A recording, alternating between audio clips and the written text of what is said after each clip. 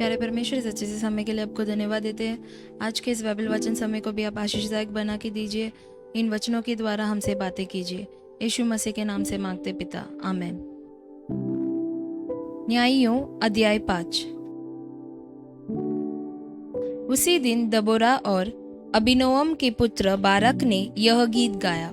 Israel के अगुवों ने जो अगुवाई की और प्रजा जो अपनी ही इच्छा से बढ़ती हुई, इसके लिए यहोवा को धन्य कहो।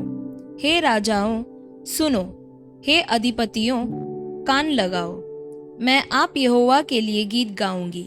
इज़राइल के परमेश्वर यहोवा का मैं भजन करूंगी। हे यहोवा, जब तू सेईर से निकल चला, जब तूने एदोम के देश से प्रस्थान किया, तब पृथ्वी डोल उठी और आकाश टूट पड़ा। बादल से भी जल बरसने लगा। यहोवा के प्रताप से पहाड़, इज़राइल के परमेश्वर यहोवा के प्रताप से वह सीनाई पिघल कर बहने लगा। अनात के पुत्र शमगर के दिनों में और याएल के दिनों में सड़कें सुनी पड़ी थी और बटोही पगडंडियों से चलते थे।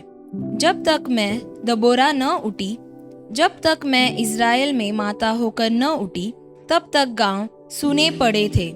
नए नए देवता माने गए। उस समय फाटकों में लड़ाई होती थी। क्या 40,000 इज़राइलियों में भी डाल या बर्ची कहीं देखने में आती थी? मेरा मन इज़राइल के हाकिमों की ओर लगा है, जो प्रजा के बीच में अपनी ही इच्छा से बढ़ती हुए।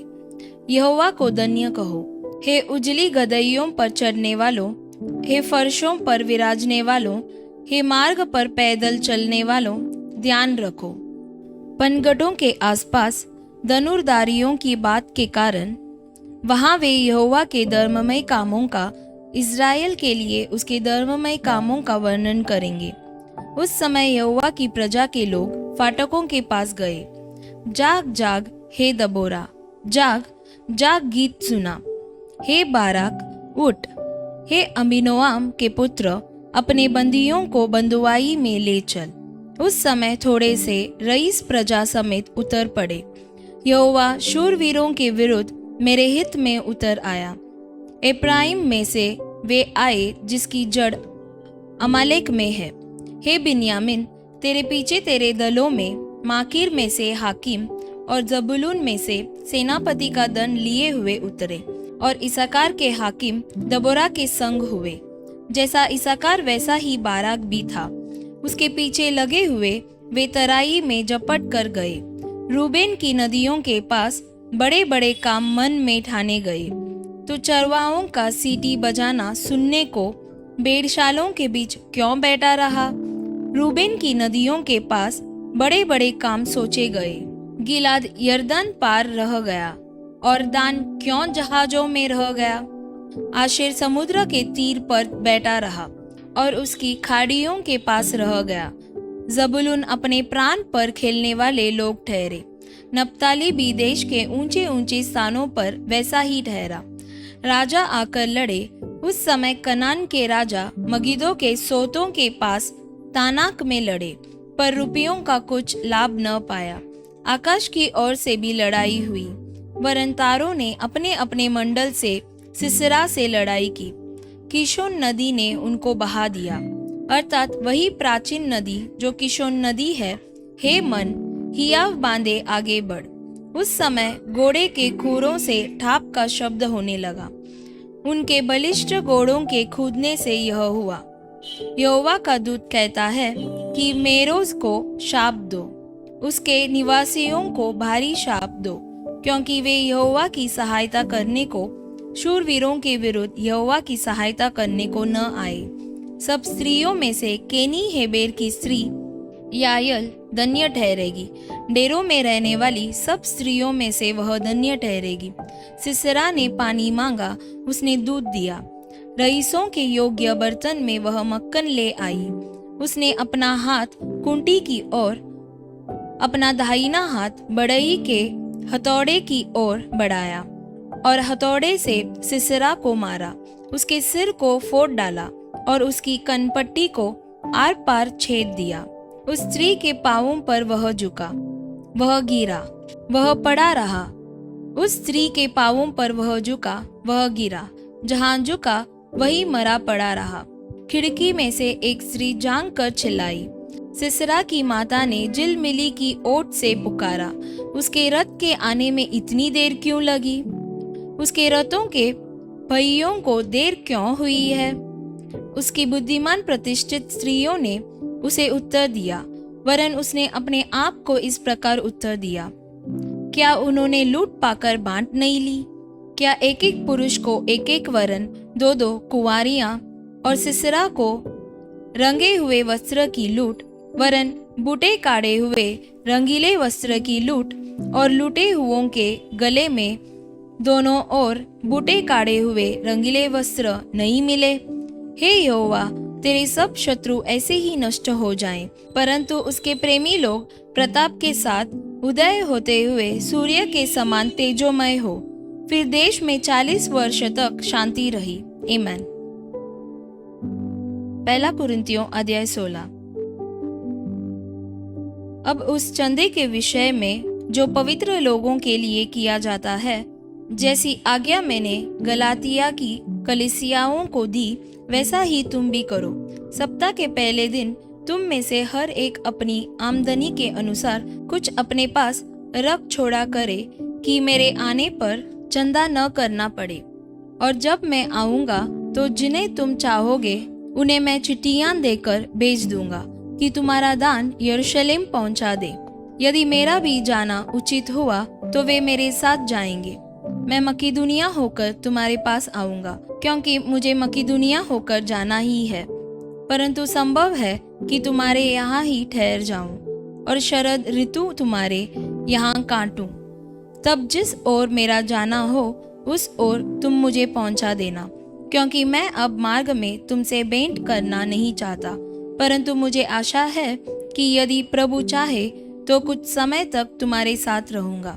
परंतु मैं पिन्तेकुस्त तक इफिसुस में रहूंगा, क्योंकि मेरे लिए वहाँ एक बड़ा और उपयोगी द्वार खुला है और विरोधी बहुत से हैं। यदि तीमुथियुस आ जाए तो देखना कि वह तुम्हारे यहाँ निडर रहे, क्योंकि वह मेरे समान प्रभु का काम करता है।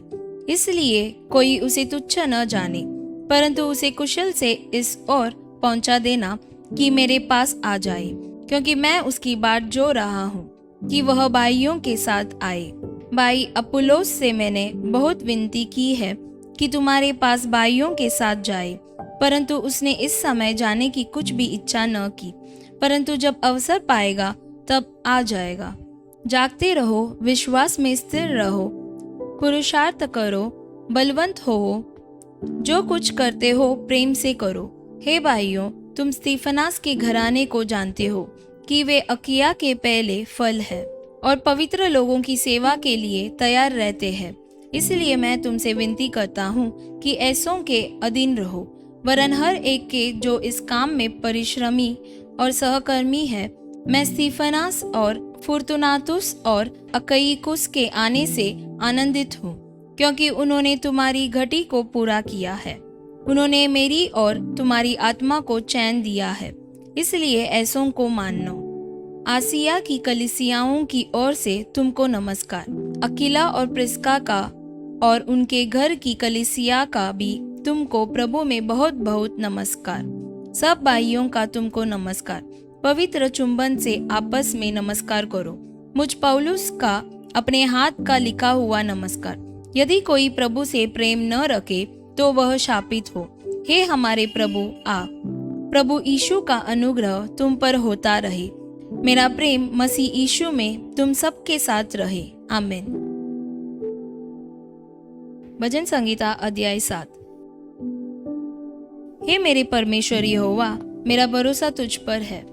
सब पीछा करने वालों से मुझे बचा और छुटकारा दे। ऐसा न हो कि वे मुझको सिंह के समान फाड़ कर टुकड़े टुकड़े कर डाले और कोई मेरा छुड़ाने वाला न हो। हे मेरे परमेश्वर यहोवा, यदि मैंने यह किया हो, यदि मेरे हाथों से कुटिल काम हुआ हो, यदि मैंने अपने मेल रखने वालों से भलाई के बदले बुराई की हो, या मैंने उसको जो अकारण मेरा बैरी था लूटा है, तो शत्रु मेरे प्राण का पीछा करके मुझे आ पकड़े और मेरे प्राण को भूमि पर रौंद दे और मेरी महिमा को मिट्टी में मिला दे। हे यहोवा, अपने क्रोध में उठ, क्रोध से भरे मेरे सताने वाले के विरुद्ध तू खड़ा हो जा। मेरे लिए जाग, तूने न्याय की आज्ञा दे दी है। देश देश के लोगों की मंडली तेरे चारों ओर हो और तू उनके ऊपर से होकर ऊंचे स्थानों पर लौट जा। यहोवा जाति जाति का न्याय करता है। यहोवा मेरे धर्म और खराई के अनुसार मेरा न्याय चुका दे। भला हो कि दुष्टों की बुराई का अंत हो जाए, परंतु धर्म को तू स्थिर कर, क्योंकि धर्मी परमेश्वर मन और मर्म का न्याता है। मेरी डाल परमेश्वर के हाथ में है, वह सीधे मन वालों को बचाता है। परमेश्वर धर्मी और न्यायी है, वरन ऐसा परमेश्वर है जो प्रतिदिन क्रोध करता है। यदि मनुष्य न फिरे तो वह अपनी तलवार पर सान चढ़ाएगा। वह अपना धनुष चढ़ाकर तीर संदान चुका है और उस मनुष्य के लिए उसने मृत्यु के हथियार तैयार कर लिए हैं। वह अपने तीरों को अग्निबाण बनाता है। देख, दुष्ट को अनर्थ काम की पीड़ाएं हो रही है। उसको उत्पात का गर्भ है और उससे झूठ का जन्म हुआ। उसने गड्ढा खोदकर उसे गहरा किया और जो खाई उसने बनाई थी उसमें वह आप ही गिरा। उसका उत्पात पलटकर उसी के सिर पर पड़ेगा और उसका उपद्रव उसी के माथे पर पड़ेगा। मैं यहोवा के धर्म के अनुसार उसका धन्यवाद करूंगा और परम प्रधान यहोवा के नाम का भजन गाऊंगा। आमीन।